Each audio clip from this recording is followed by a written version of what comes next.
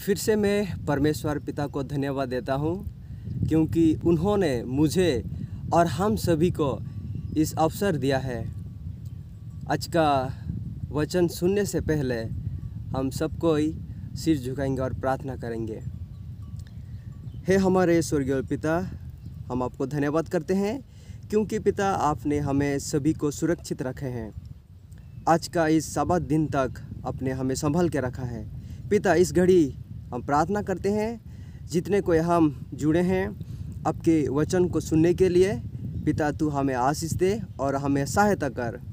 पिता, हम क्षमा मांगते हैं, हो सकता है हमारे जीवन से आपको हम बहुत दुख पहुंचा है। पिता, हम पाप किए हैं, हम गुनाह किए हैं। पिता, हम चाहते हैं यीशु मसीह के लहू के द्वारा आप हमें शुद्ध कीजिए, ताकि हम जो कुछ सीखे वो अपने जीवन में हम उसको लागू कर सके। पिता, इस समय जितने कोई इस मीटिंग में जुड़े हुए हैं उन सभी को भी तू आशीष कर। वचन सुनने से पहले हम इस छोटी सी प्रार्थना को प्रभु यीशु ख्रिस्ट के नाम से मांगते हैं, आमीन। मैं धन्यवाद देना चाहूँगा आप जितने कोई नौजवान सब आज का इस एवाई प्रोग्राम में जुड़ चुके हैं, देख रहे हैं। तो मैं आपसे आज कुछ परमेश्वर का वचन को मैं आपसे बातचीत करना चाहता हूँ, खास करके उन नौजवानों के लिए, क्योंकि मैं भी एक नौजवान हूँ और परमेश्वर का काम मेरे जीवन में मैं महसूस कर पाया हूँ।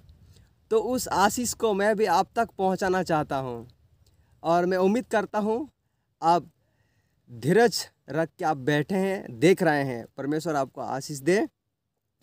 तो आज का जो संदेश रहेगा मेरा, उसका मैं पढ़ना चाहूँगा मत्ती चैप्टर 5 वर्स 16।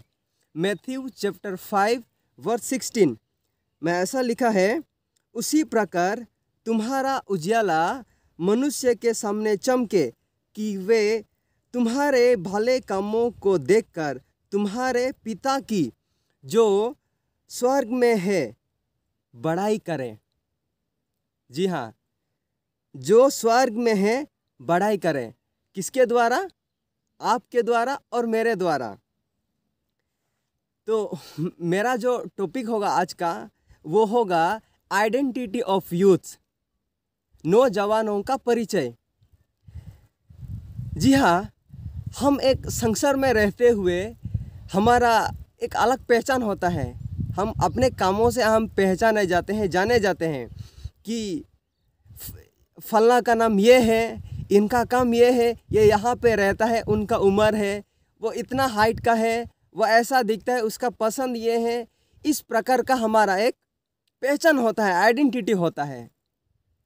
अगर आप स्कूल में पढ़ रहे हैं या जब भी हम स्कूल में जाते हैं, तो हम जब एडमिशन लेते हैं तो हमको एक आइडेंटिटी कार्ड दिया जाता है, जहाँ पे स्कूल का या कॉलेज का नाम लिखा रहता है, फिर हमारा नाम और उम्र और हम कहाँ के रहने वाले हैं और कौन से क्लास में हैं, ये सारी चीज़ें लिखा रहता है उस आइडेंटिटी कार्ड में।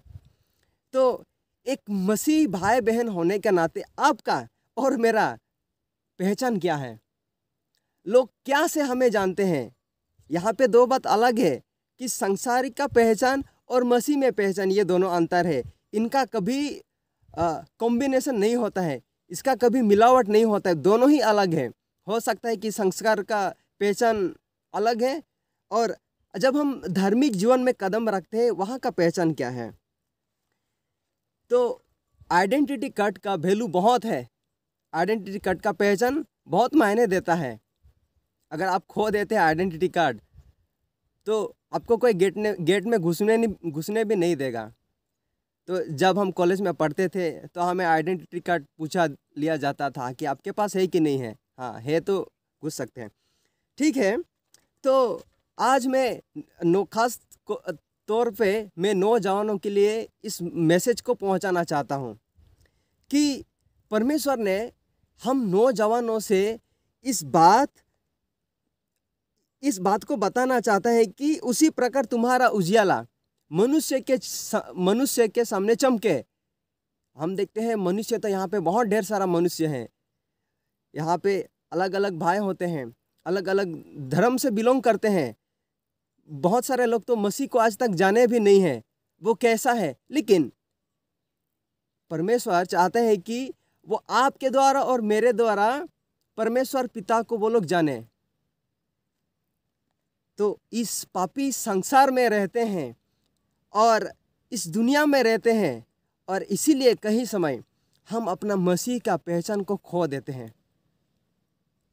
हैं।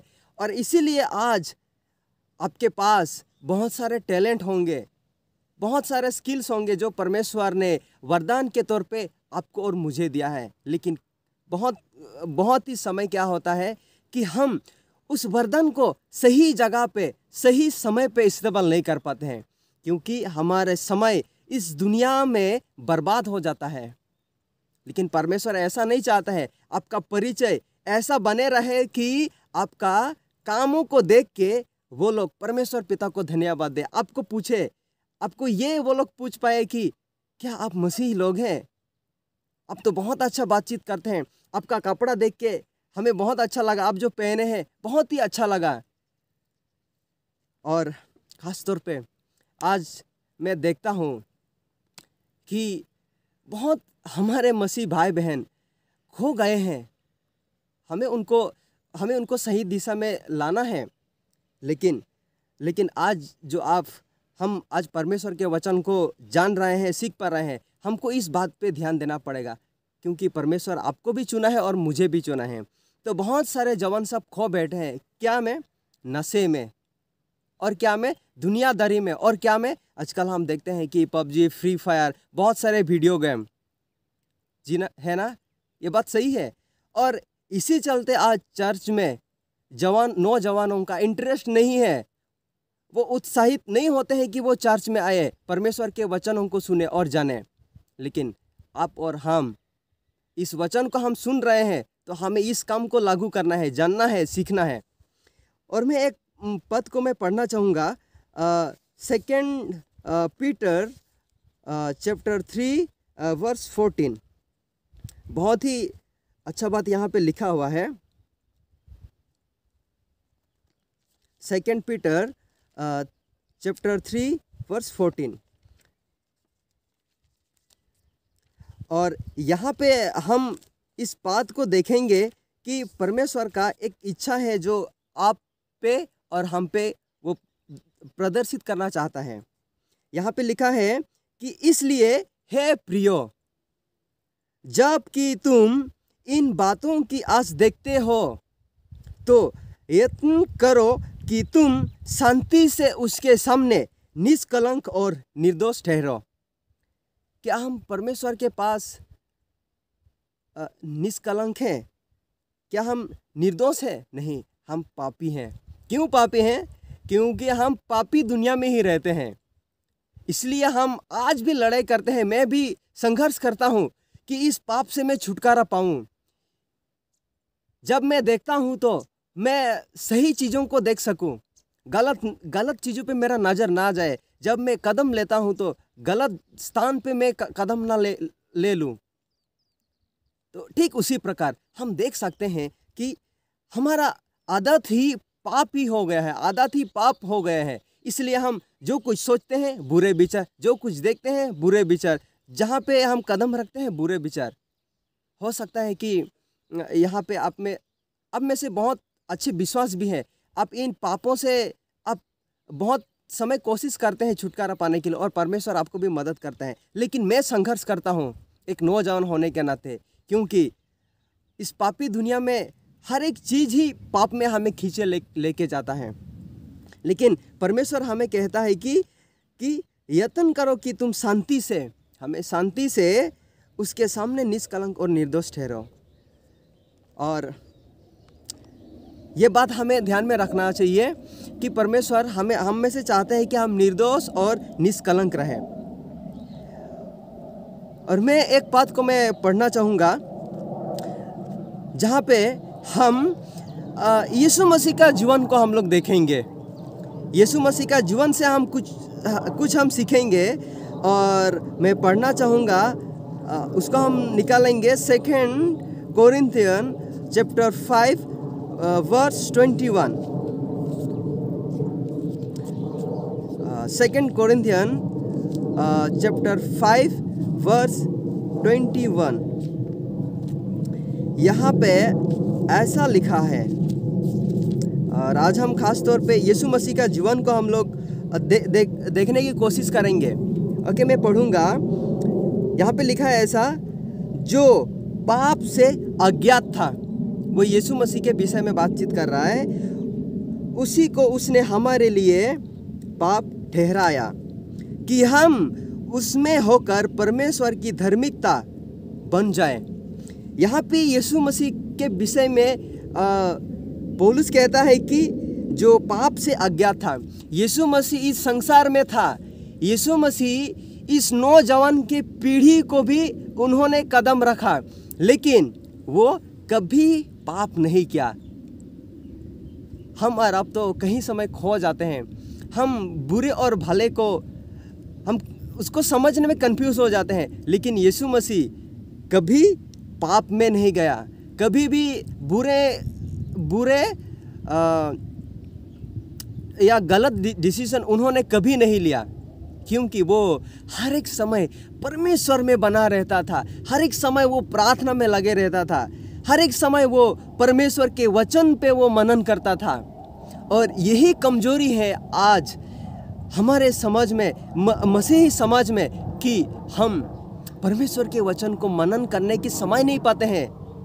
हम प्रार्थना करने में हम समय बिता नहीं सकते हैं, चर्च में हम जाने के लिए हमें बोरिंग लगता है, और यही कारण है कि हम पाप को भी जान लेते हैं। कई समय बहुत लोग मुझसे भेंट करते हैं, मैं जानता हूँ कि ये अच्छा नहीं है, लेकिन क्या करूँ। लेकिन अगर हम इसी तौर पे अगर हम हमारा जीवन को बिताएंगे तो क्या होगा। जब हम छोटे सी पाप में अगर हम ये निर्णय ना ले कि मैं इस पाप के काम से मैं दूर भागूंगा। हम बाइबल में बहुत ऐसे नौजवान को देखते हैं, यूसुफ है, डैनियल है, और ऐसे बहुत सारे हैं जिन्होंने गलत चीज़ों पे कभी समर्थ नहीं किए, एग्री नहीं किए उन सारी चीज़ों से, लेकिन वो लोग वहाँ से भाग गए। लेकिन आज और हमको भी सही चीज़ों को हमें समझना है और गलत चीज़ों से हमें भागना है, तुरंत भागना है। तो आज का इस छोटा सा वचन मैं आप तक ये पहुंचाना चाहता हूं, और मैं प्रार्थना करूंगा जितने कोई आपने इस वीडियो को इस ऑनलाइन माध्यम से जितने कोई देखा, परमेश्वर आपको बहुत आयत की आशीष दे। मैं जानता हूं कि आप भी एक नौजवान हैं, आप भी शायद इस लड़ाई में आप भी लड़ रहे हैं कि पाप से छुटकारा पाने के लिए, लेकिन परमेश्वर पिता आप और मुझे मदद करेगा, वो हमें सहायता करेगा इस चीज़ों से। तो हमें ज़्यादा से ज़्यादा परमेश्वर पे ध्यान देना है, ज़्यादा से ज़्यादा हमें परमेश्वर के वचन पे हमें मनन करना है, प्रार्थना में लगे रहना है, तो भी हम परमेश्वर के काम में हम आगे बढ़ सकेंगे और दुनियादारी के हर एक चीज़ों से हमें छुटकारा मिलेगा। क्या आप चाहते हैं? जी, तो आइए हम इस परमेश्वर के वचन को हम ध्यान में रखते हुए अपना एक नई जीवन की शुरुआत में आगे बढ़ें। तो इस छोटी सी वचन से परमेश्वर हम सभी को बहुत आयत के आशीष दे। आमीन।